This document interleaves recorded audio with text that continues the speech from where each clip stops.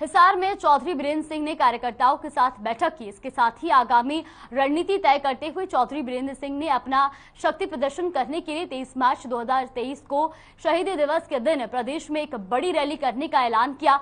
बीरेंद्र सिंह का कहना है कि ये रैली उनका फाइनल प्रदर्शन होगी और हरियाणा के लाखों लोग उनके साथ जुड़ेंगे।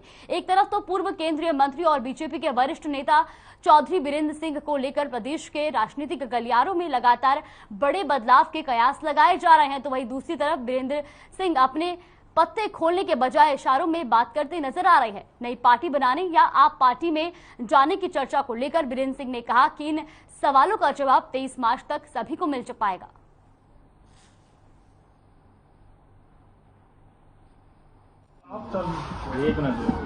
हम दोबारा से हमारा जो समूह है उसको वाइब्रेंट करेंगे, उसको एक नई ताकत के साथ उसकी शुरुआत करेंगे, लोगों को जोड़ेंगे और इसी विषय पे एक कमेटी का हमने गठन किया है।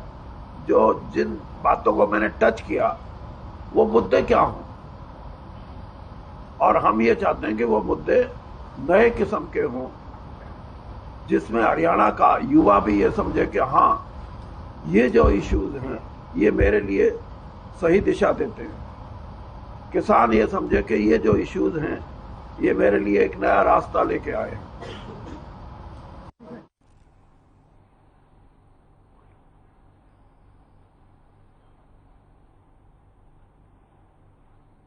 तो ऐसी खबर पर ज्यादा जानकारी के लिए हिसार से हमारे सहयोगी अनूप कुंडू हमारे साथ जुड़ गए। अनूप, सबसे पहले आपसे जानना चाहेंगे कि चौधरी बीरेंद्र सिंह ने ये एक संकेत दिया है कि जल्द ही वो राजनीतिक गलियारों में एक बदलाव करने वाले हैं, क्या है पूरी जानकारी?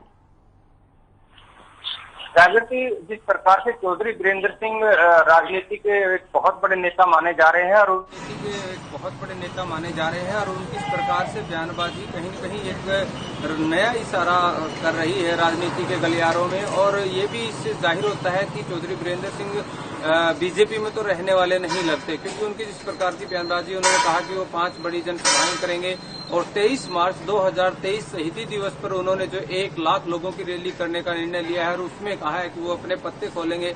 तो ऐसे में लगता है कि कुछ न कुछ नया करने के मूड में है। ये भी हो सकता है कि वो आम आदमी पार्टी को, जैसे अब अपने वो सामाजिक जीवन के 50 साल पूरे होने पर उन्होंने एक बहुत बड़ा कार्यक्रम किया था, वहां पर भी कयास लगाए जा रहे थे कि चौधरी बीरेंद्र सिंह आम आदमी पार्टी में शामिल होंगे, लेकिन वहां पर ऐसा नहीं हुआ। लेकिन अब उनका जिस प्रकार से इशारा है कि किसानों के लिए, मजदूरों के लिए, युवाओं के लिए एक नई दिशा मिलनी चाहिए, तो ऐसे में उनका राजनीतिक इशारा है और वो चाहते हैं या तो बड़े दलों को, जो इस प्रकार के बड़े नेता हैं अन्य दलों के, उनको साथ लेकर के कोई नई पार्टी का गठन होगा, या फिर वो कोई इस प्रकार की बड़ी घोषणा करने वाले हैं जो प्रदेश के लिए एक नई राजनीतिक राह बनाने वाली है। जी बिल्कुल अनूप, जिस तरीके से राजनीति, हरियाणा की राजनीति में उनका एक बड़ा नाम है और 5 बार वो विधायक भी रह चुके हैं, 3 बार कैबिनेट मंत्री रह चुके हैं। ऐसे में अब ये भी एक बड़ा सवाल है कि आखिर वो अगर क्या आप आम आदमी पार्टी ज्वाइन करते हैं या अपनी कोई एक अलग पार्टी बनाते हैं? बिल्कुल, देखिए, इस प्रकार के सवाल जब चौधरी बीरेंद्र सिंह से किए जाते हैं तो वो एक कड़े हुए राजनीतिज्ञ होने के साथ साथ इन बातों को हंस करके टाल जाते हैं, सवाल का जवाब इशारों में देने की कोशिश करते हैं। जब उनसे पूछा गया कि आम आदमी पार्टी ज्वाइन करेंगे तो उन्होंने कहा कि 2023 तक का इंतजार करें। इसके साथ साथ जिस प्रकार से आपने बताया कि 5 बार के वो विधायक रह चुके हैं, कैबिनेट मंत्री, केंद्र में भी वो रह चुके हैं, इस्पात मंत्री और पंचायती राज के मंत्री रह चुके हैं। खुद उनकी धर्मपत्नी प्रेमलता भी राजनीति में उपचाना से विधायक रही है। बेटा जो उनका IAS था उसको भी उन्होंने बीजेपी से सांसद बनाया इस बार हिसार से। तो ऐसा है कि उनका राजनीति में एक बहुत बड़ा कद है, इस बात से तो इनकार नहीं किया जा सकता। लेकिन इस बार वो बीजेपी के साथ नहीं है, इस प्रकार के कयास जरूर लगाए जाने लगे, क्योंकि उनके जिस प्रकार से बयान आ रहे हैं तो इससे जाहिर होता है कि चौधरी बीरेंद्र सिंह अब कुछ नया करने की फिराक में है।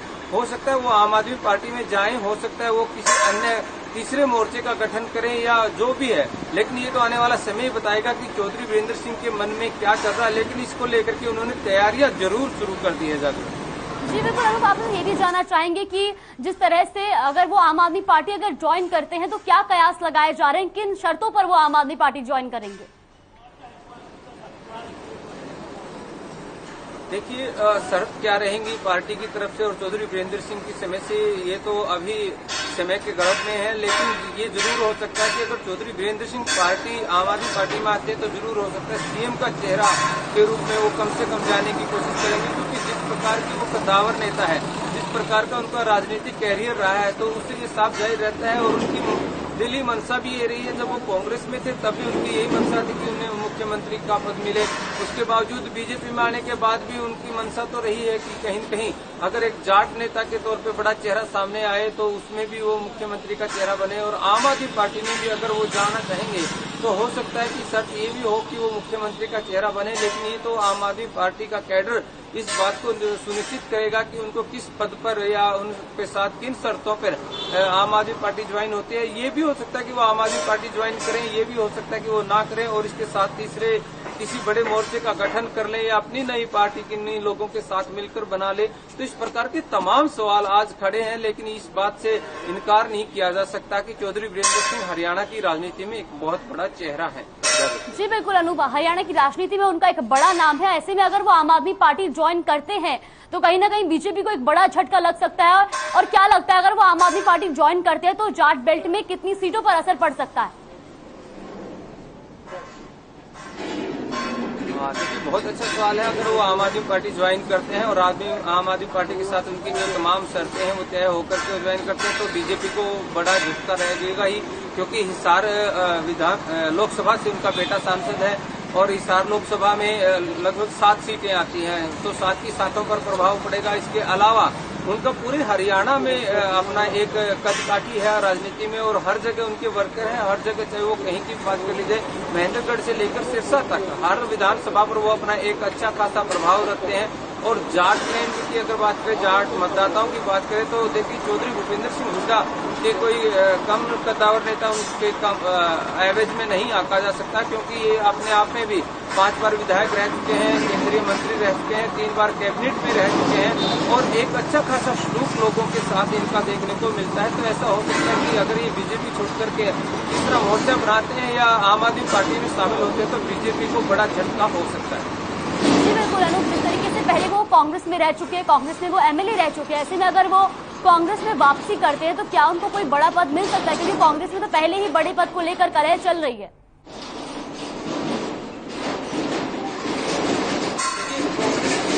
वापसी कर सकते हैं, इस प्रकार के प्रयास तो भी नहीं। चौधरी वीरेंद्र सिंह ने जान दिया कि अभी 5 कांग्रेस हरियाणा में काम कर रही है। कुमारी सैलजा की अलग है, किरण की अलग है, भूपेंद्र सिंह हुड्डा की अलग है, कुलदीप बिश्नोई की अलग है, रणदीप सुरजेवाला की अलग है। और उन्होंने कहा कि अगर मैं कांग्रेस में होता तो 6ठी कांग्रेस होती।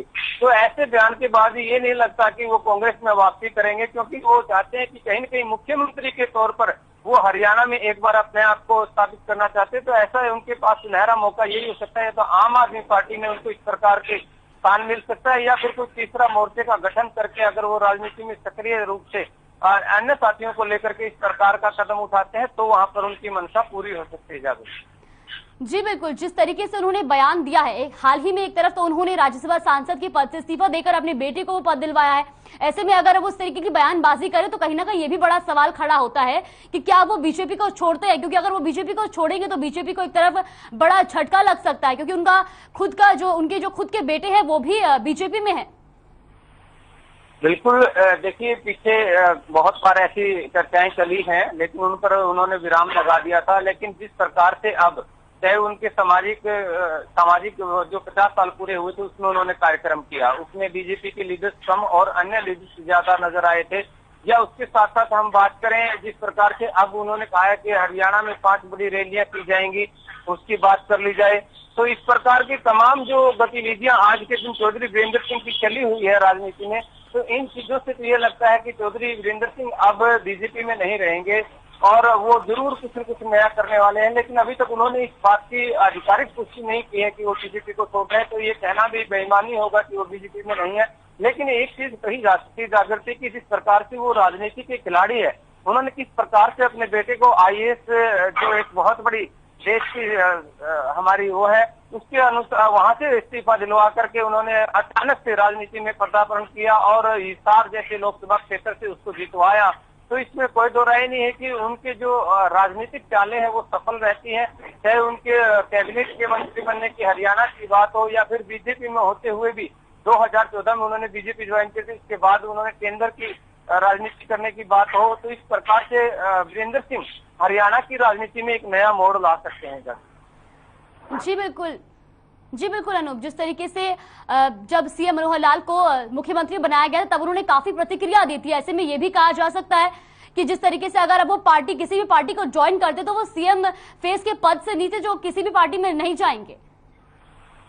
बिल्कुल, देखिए जिस प्रकार से उनका कद है, जिस प्रकार से उनका राजनीतिक कैरियर रहा है, 5 बार विधायक बनना कोई छोटी बात नहीं है। उसके साथ साथ हरियाणा के 3 बार कैबिनेट में रहना और केंद्र में भी उनका एक बहुत अच्छा कदकाठी होना और केंद्र में भी मिनिस्टर रहना, तो ये तमाम चीजें, और इसके साथ साथ उनके साथ एक अच्छा वोट बैंक जुड़ा हुआ माना जाता है। चाहे उचाना से उन्होंने अपनी धर्मपत्नी प्रेमलता को जितवाया हो, चाहे हिसार लोकसभा से अपने बेटे को जितवाने की बात हो, तो इन तमाम चीजों को दरकिनार नहीं किया जा सकता। और ये नहीं कहा जा सकता कि अगर वो किसी पार्टी में आते हैं तो एक अच्छा उनका रुतबा होना ही होना चाहिए, ऐसा वो खुद भी मान करके चल रहे हैं। जिस प्रकार से वो अपने बयानों में कहते हैं, जिस प्रकार से वो अपनी प्रेस कॉन्फ्रेंस में कहते हैं कि आप देखते जाइए कि कुछ बड़ा होगा और नया होगा। जब जी बिल्कुल अनूप, आपका बहुत बहुत धन्यवाद हमारे साथ जुड़ने के लिए और तमाम जानकारी हम तक पहुंचाने के लिए।